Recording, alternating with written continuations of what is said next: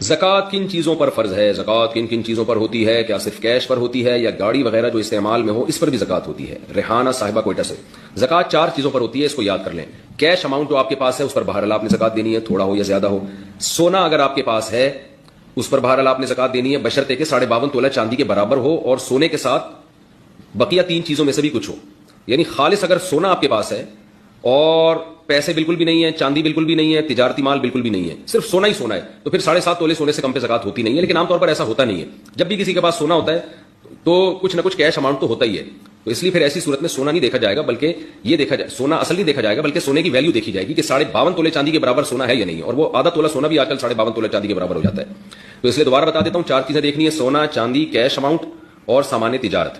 تجارتی سامان کہتے ہیں وہ سامان جو آپ نے بیچنے کے لیے خریدا ہو اور اب تک بیچنے کی نیت آپ کی باقی ہو، یعنی جس دن زکوٰۃ نکالنی ہے نا، جو زکوٰۃ کے واجب ہونے کی تاریخ ہے آپ کی، اس دن بھی آپ کی بیچنے ہی کی نیت برقرار ہو، درمیان میں نیت تبدیل نہ ہوئی ہو، تو ایسی چیزوں کو سامان تجارت کہا جاتا ہے۔ کوئی پلاٹ آپ نے خریدا بیچنے کے لیے، کوئی مکان آپ نے خریدا بیچنے کے لیے، جو دکان میں آپ نے سامان ڈالا ہوتا ہے سارا بیچنے کے لیے ڈالا ہوتا ہے، لہذا جتنے دکان میں اثاثے پڑے ہیں سب پہ زکوٰۃ واجب ہوتی ہے۔